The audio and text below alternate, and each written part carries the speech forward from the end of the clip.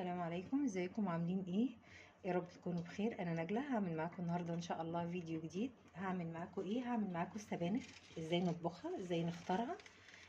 السبانخ بختار الورق بتاعها بيكون اخضر كده وحلو، طبعا بيبقى فيه ورق اصفر، والراس بتاعتها بتبقى لونها بينك كده زي ما انتم شايفين.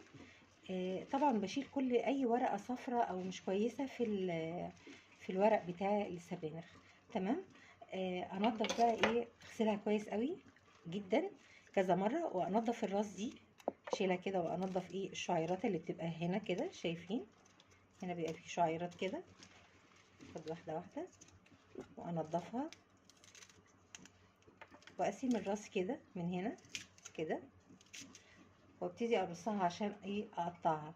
طب السبانخ انا غسلتها كويس جدا، خلاص احطها بعد كده على الصلصه عادي؟ لا لا، السبانخ ما ينفعش نحطها على الصلصه بعد ما نغسلها ونقطعها، لازم نغسلها تاني، لان الراس دي الحته دي كده بتبقى فيها زي رمل خفيف قوي، ما بيبانش الا مع الغسيل بعد التقطيع.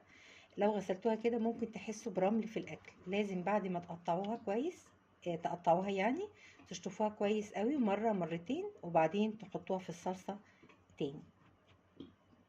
بصوا انا هخلص بقى تنظيف الروز دي كده وتقطيع السبانخ، وبعدين هقول لكم هنعمل ايه. بصوا كده انا بعد ما خلصت تنظيف السبانخ بتاعتي انا هقطعها. بصوا لما باجي اقطع السبانخ ما بقطعهاش تخينه كده ولا رفيعه قوي، يعني بتبقى التقطيع وسط كده اهو، كده اهو. شايفين دي التقطيعه لطيفه للسبانخ. في ناس بتعرضها قوي او ترفعها قوي، لا كده حلو قوي في التقطيع. تمام. بصوا كده انا خلاص خلصت تقطيع زي ما انتم شايفين. اروح بقى هغسلها تاني مرة اتنين تلاتة على حسب ما احس المية معايا في الطبق اللي انا حطاها فيه. تمام. وبعدين هنحطها في الصلصة.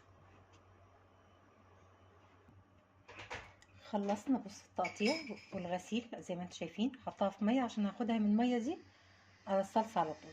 طيب نجلة، هي السبانخ دي بيتحط عليها خضرة؟ اه بيتحط عليها خضرة. الخضرة بتاعتنا عبارة عن ايه؟ حزمة كزبرة وعودين شبت. هقطع الخضرة برضو ناعم زي ما قطعت السبانخ كده، وبعدين هحط شوية منهم على السبانخ وهم في الحلة خضرة من غير اي حاجة، وشوية تانيين هشوحهم في معلقة سمنة بزيت كده، وبعدين هضيفها على السبانخ. هقطع الخضرة ونشوف هنعمل ايه. بص كده انا حطيت السبانخ اهي في الصلصة. هخلي النار هاديه شويه لغايه لما السبانخ تنزل الميه بتاعتها. انا طبعا على الصلصه على طول ما حطيتش في الصلصه ميه، هي كده كده هتنزل ايه الميه بتاعتها. هشوف بقى هي محتاجه ميه ازودها قد ايه او شوربه، وازود ايه السبانخ. تمام.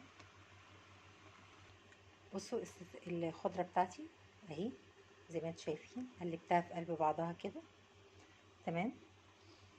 وبعدين هاخد شويه كده منهم، شويه قد دول اهو، وحطاهم على السبانخ.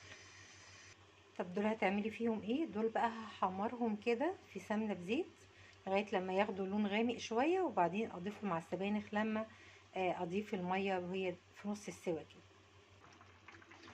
بصوا كده السبانخ بعد ما كانت هايشه وماليه الحله زي ما انتم شايفين نزلت لتحت، بتطلع الميه بتاعتها، تنزل الميه بتاعتها اهي كده. لسه مش هضيف دلوقتي ولا شوربه ولا ميه، على حسب كل واحد هيضيف ايه، لسه مش دلوقتي. بصوا بقى في الطاسه حطيت سمنه على زيت وهشوح الخضره زي ما انتم شايفين كده. بصوا شايفين كده.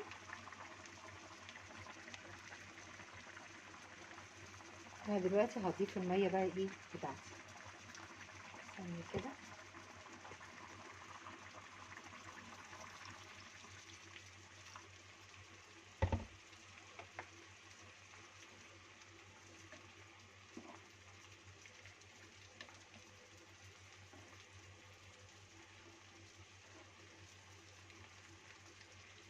ايه بقى بضيفه تاني على السبانخ؟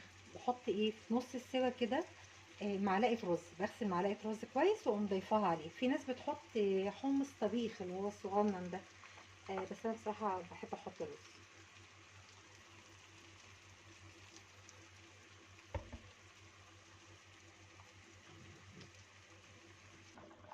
بصوا كده دي الخضره، شايفين لونها عامل ازاي اهي. هعمل ايه بقى؟ هضيفها كده.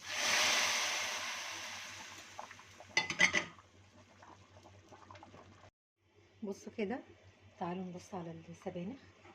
شايفين السمنه بقت على الحرف كده في الحله، والرز اللي احنا كنا حاطينه خلاص استوى. خلاص كده هي السبانخ بتاعتي استوت. انا هطفي عليها. طبعا السبانخ بتبقى على نار عاليه، بس لازم اوطي عليها بعد شويه، يعني تاخد شويه كده على نار عاليه، وبعدين ابتدي اوطي عليها خالص خالص لغايه ما تكمل سوا. كده انا خلاص هطفي عليها. اهو كده زي ما انتم شايفين السمنه بتاعتها بقت على الحرف، والرز بتاعها استوى اللي احنا كنا حاطينه وياه. خلاص هي كده السبانخ استوت، وبألف هنا وشفا. يا رب يعجبكم. بقى ايه نعرف الطبق بتاعنا النهارده؟ السبانخ اهي. بسم الله.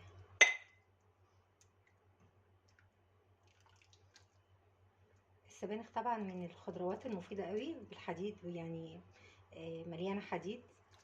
ناخد بالنا واحنا بنحط الملح بتاعها، لان هي بتعمل يعني بتبقى بتملح بسرعه او بتنزل املاح. فناخد بالنا لما نيجي نحط الملح ما نزودش ملح قوي، علشان ما نلاقيهاش بقى بقت مش يا جماعه. ناخد بالنا من النقطه دي.